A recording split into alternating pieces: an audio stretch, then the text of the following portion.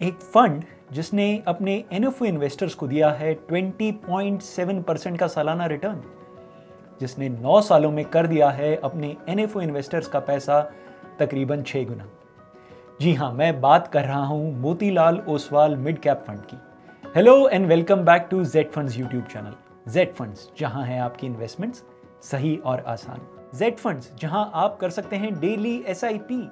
जी हाँ, 5 fund houses की 200 से भी ज्यादा स्कीम्स में आप कर सकते हैं डेली एसआईपी। तो आज ही जेड फंड ऐप डाउनलोड करें और दें अपने पोर्टफोलियो को एक जेड फंड्स एज। मैं हूं मनीष तनेजा और आज बात कर रहे हैं मिड कैप इन्वेस्टिंग और Motilal Oswal mid cap fund की। क्या होते हैं मिड कैप स्टॉक्स और क्यों करें मिड कैप फंड्स में इन्वेस्ट?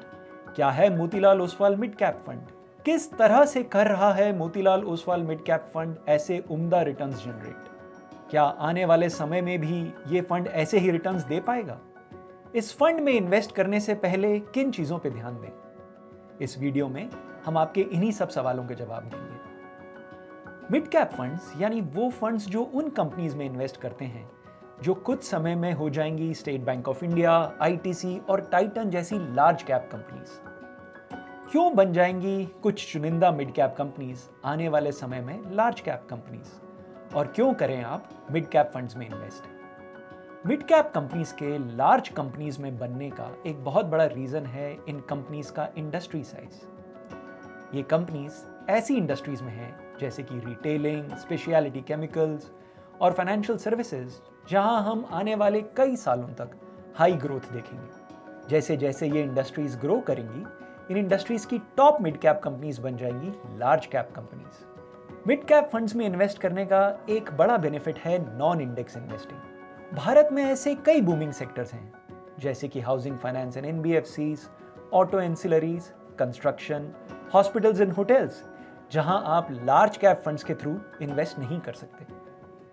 इन तेजी से बढ़ रहे सेक्टर्स में इन्वेस्ट करने का सबसे अच्छा तरीका है mid cap mutual funds. Niket Shah द्वारा managed Motilal Oswal mid cap fund है भारत के top performing mid cap funds में से एक। 9 सालों में इस फंड ने अपने एनएफओ इन्वेस्टर्स का पैसा किया है 6 टाइम्स यानी 20.7% का सालाना रिटर्न। यदि आपने इस फंड के एनएफओ में 10,000 रुपए की मंथली एसआईपी की होती तो आज आपके इन्वेस्टेड 10,80,000 रुपए की वैल्यू होती 24,78,715 रुपए यानी 17.77% का सालाना रिटर्न। कैसे किया है फंड मैनेजर्स ने ये रिटर्न जनरेट, और क्या आने वाले समय में भी फंड दे पाएगा इस तरह के बेहतरीन रिटर्न्स? अगर आप इन्वेस्टमेंट से रिलेटेड इंफॉर्मेशन चाहते हैं जो है सही और आसान, तो हमारे इस वीडियो को लाइक करें और हमारे इस चैनल को सब्सक्राइब करें। और हाँ, अगर आप चाहते हैं किसी भी फंड के बारे में और इन्फॉर्मेशन या इन्वेस्टमेंट्स से रिलेटेड कोई भी इंफॉर्मेशन, तो हमारे इस वीडियो के कमेंट सेक्शंस में एक कमेंट ड्रॉप करें। बात कर रहे हैं Motilal Oswal mid cap fund की। 5,000 करोड़ के इस फंड में 15 दिन तक का 1% का एग्जिट लोड है। मोतीलाल ओसवाल एएमसी मोतीलाल ओसवाल ग्रुप का हिस्सा है।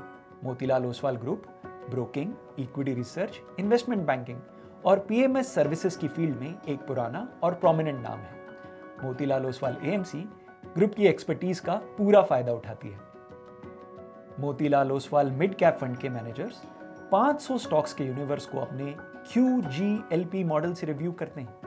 Q यानी क्वालिटी, G यानी ग्रोथ, L यानी लॉन्जिटिविटी, कितने समय से हैं ये कंपनियां, और P यानी प्राइस, क्या स्टॉक सही प्राइस पे उपलब्ध है। इस फ्रेमवर्क को फॉलो करके फंड मैनेजर्स ने बनाया है तकरीबन 25 स्टॉक्स का एक कॉन्सेंट्रेटेड पोर्टफोलियो। इस फंड की टॉप होल्डिंग्स हैं tube investments private limited, Zomato, KPIT technologies, persistent systems, Coforge limited और दीपक नाइट्रेट। ये 25 स्टॉक्स 11 से भी ज्यादा डिफरेंट सेक्टर्स को बिलोंग करते हैं। इस फंड की holdings IT software, auto components, retailing और केमिकल्स जैसे सेक्टर्स में हैं। यानी फंड मैनेजर्स ने कई सारे सेक्टर्स की टॉप मिड कैप कंपनीज में इन्वेस्ट किया है। कॉन्सेंट्रेटेड पोर्टफोलियो में इलिक्विडिटी के रिस्क को मैनेज करने के लिए फंड मैनेजर्स ने तकरीबन 25% एलोकेशन लार्ज कैप्स में रखा है। इस एलोकेशन से फंड मैनेजर्स पे इन्वेस्टर्स को लिक्विडिटी देने मिड कैप स्टॉक्स पे डिपेंडेंट नहीं होना पड़ता। जैसे कि मैंने पहले बताया, इस फंड में केवल 15 दिन का एग्जिट लोड है, जो इस कैटेगरी में सबसे लो है। क्या आने वाले समय में भी Motilal Oswal mid cap fund उम्दा रिटर्न्स देगा? मोतीलाल ओसवाल एएमसी एक टाइम टेस्टेड प्रोसेस से स्टॉक सिलेक्शन करती है। बाय राइट सिट टाइट के नाम से जाने जाने वाला यह प्रोसेस हर तरह की मार्केट कंडीशंस में सफल रहा है। साल 2020 में इस फंड ने अंडर परफॉर्म किया था, लेकिन 2021 से इस फंड ने बेहतरीन वापसी करते हुए अपने बेंचमार्क को क्लियरली आउट परफॉर्म किया है। इस एएमसी में और इसके वेरियस फंड्स में प्रमोटर्स का लगभग 4000 करोड़ इन्वेस्टेड है। एएमसी का लंबा ट्रैक रिकॉर्ड और प्रमोटर्स का स्किन इन द गेम ये कंफर्ट देता है कि आने वाले समय में भी ये स्कीम परफॉर्म करती रहेगी। इस फंड में इन्वेस्ट करने से पहले ध्यान दें, मोतीलाल ओसवाल मिड कैप एक इक्विटी फंड है, यानी बाजार के उतार चढ़ाव का इस फंड की परफॉर्मेंस पे सीधा असर पड़ता है। आप इस स्कीम के रिस्कोमीटर में देख सकते हैं, ये scheme very high risk category की स्कीम है।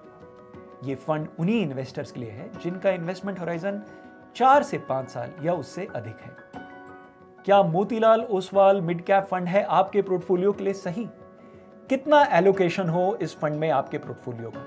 जानने के लिए आज ही अपने जेड फंड एक्सपर्ट से बात करें या हमारे व्हाट्सएप नंबर पे हमें कांटेक्ट करें। हमारा व्हाट्सएप नंबर है 7217746224। Thank you for watching Z funds. Z funds, जहां है आपकी इन्वेस्टमेंट्स सही और आसान। Mutual fund investments are subject to market risks. Read all scheme related documents carefully.